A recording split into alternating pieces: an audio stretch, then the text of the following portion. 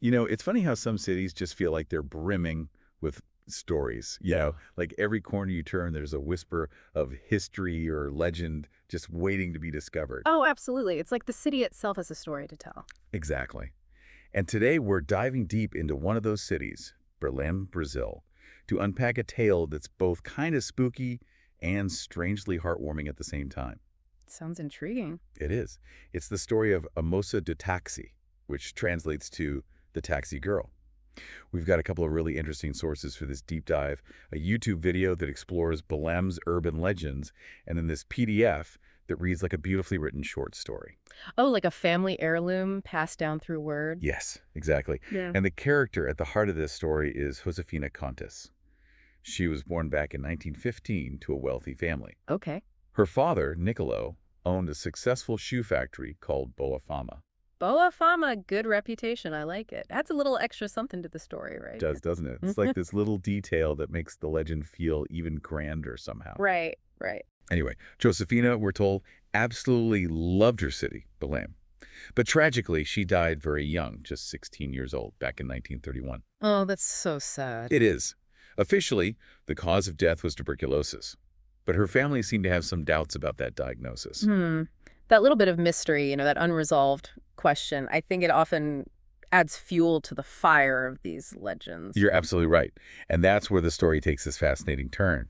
The legend says that every year on Josefina's birthday, April 19th, a young woman who looks exactly like her appears at the Santa Isabel Cemetery. Wait, hold on. So it's tied to a specific date Uh-huh. and a specific location, the cemetery. Oh, wow. Those details, I think, often add an extra layer of eeriness. Right. It's like they're grounding the supernatural in the real world. It's like she's trying to bridge that gap between life and death. I see, I see. So anyway, she appears at the cemetery in the Guamá neighborhood, and she hails a taxi. Okay, a ghost taxi. I'm hooked. She asks the driver to take her to her former home. But here's the thing. She tells them to collect the fare from her father the next day.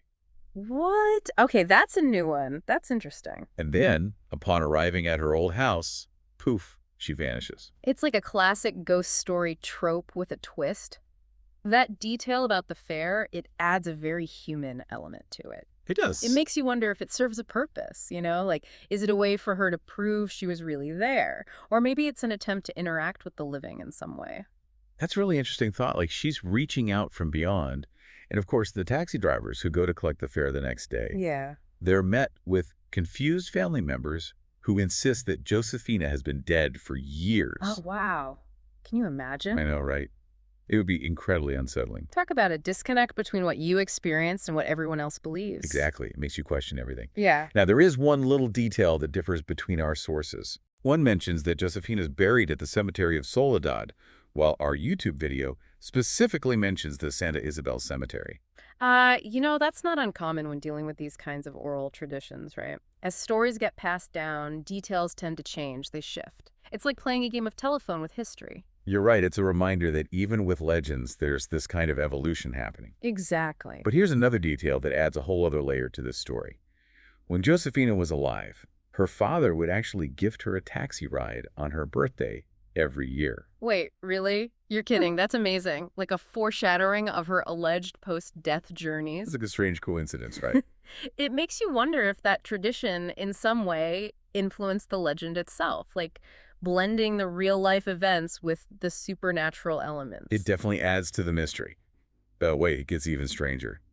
After her tombstone arrived from Italy, it was shipped all the way from Italy. A brooch, shaped like a car, mysteriously appeared on her photograph on the stone. A car brooch? What? I know, right? What do we make of that? It really makes you think, doesn't it? Almost like the legend is reaching out, leaving a clue in the real world. Right.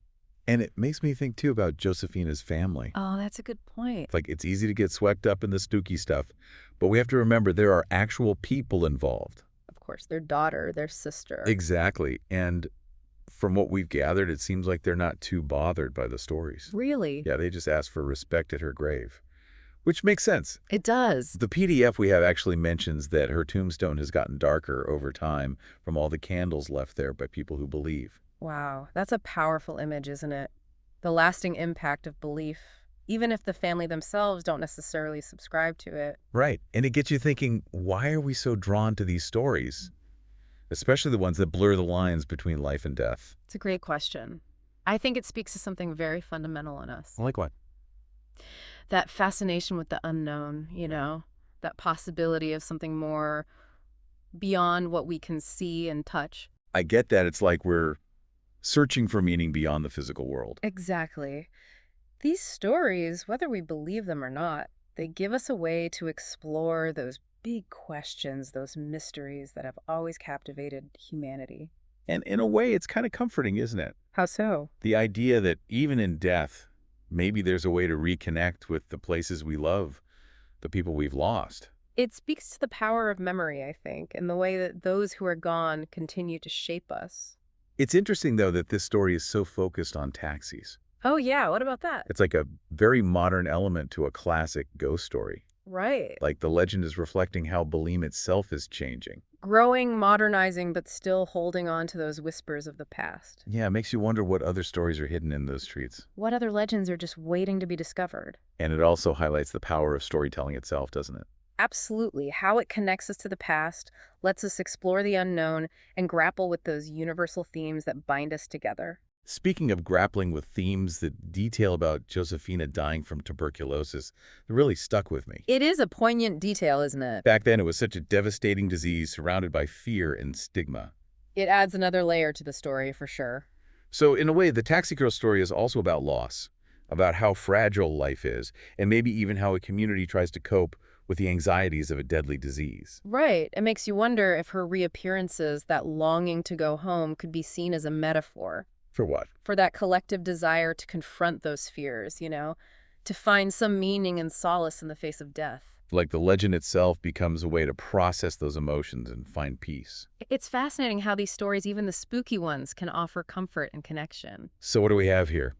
A wealthy young woman, a tragic death, a mysterious brooch, and those yearly taxi rides from beyond the grave. A mix of historical detail, supernatural intrigue, and social commentary. All woven into the story of Belém. A potent combination. No wonder it continues to resonate with people. It reminds us that even in a world obsessed with technology and reason, there's still space for mystery, for the unexplained, for those echoes of the past. Exactly. And that's what makes these deep dives so rewarding. We get to peel back the layers, explore the nuances, and uncover those hidden connections. We discover not just the facts, but the human emotions and experiences that shape the narrative. It's a reminder of how interconnected everything is, history, belief, and our shared human experience. Yeah. It really makes you think, like, if you were to visit Belém today, would you feel those echoes of Josefina's story? Like, would you see it in how people talk about her? Or maybe in the way they act at her grave? I think you would. These kinds of stories, they really become part of a place, Yeah. They shape how people see their surroundings, their history. It's like the story becomes a landmark almost. Right, a point of reference connecting people to a shared past. Through shared memory. And that connection, Yeah. that's powerful stuff. It really is. It's what gives these stories their staying power, why they resonate across generations. So as we wrap up our deep dive into the story of the taxi girl of Belém, I guess we're left with more questions than answers. Always. That's part of the fun, though, isn't it? I think so. Yeah. What other stories are hidden in those streets and cemeteries? What other legends are waiting to be unearthed? And maybe even more importantly, what stories are hidden where you live? What local legends or family tales have shaped how you see the world? Those are worth exploring, too. You know, at the end of the day, these stories, whether they're about a taxi girl in Belém or a whispered legend from your own childhood, they remind us that we're all connected somehow. Connected by our experiences and that desire to understand the world. The seen and the unseen. Until next time, keep diving deep.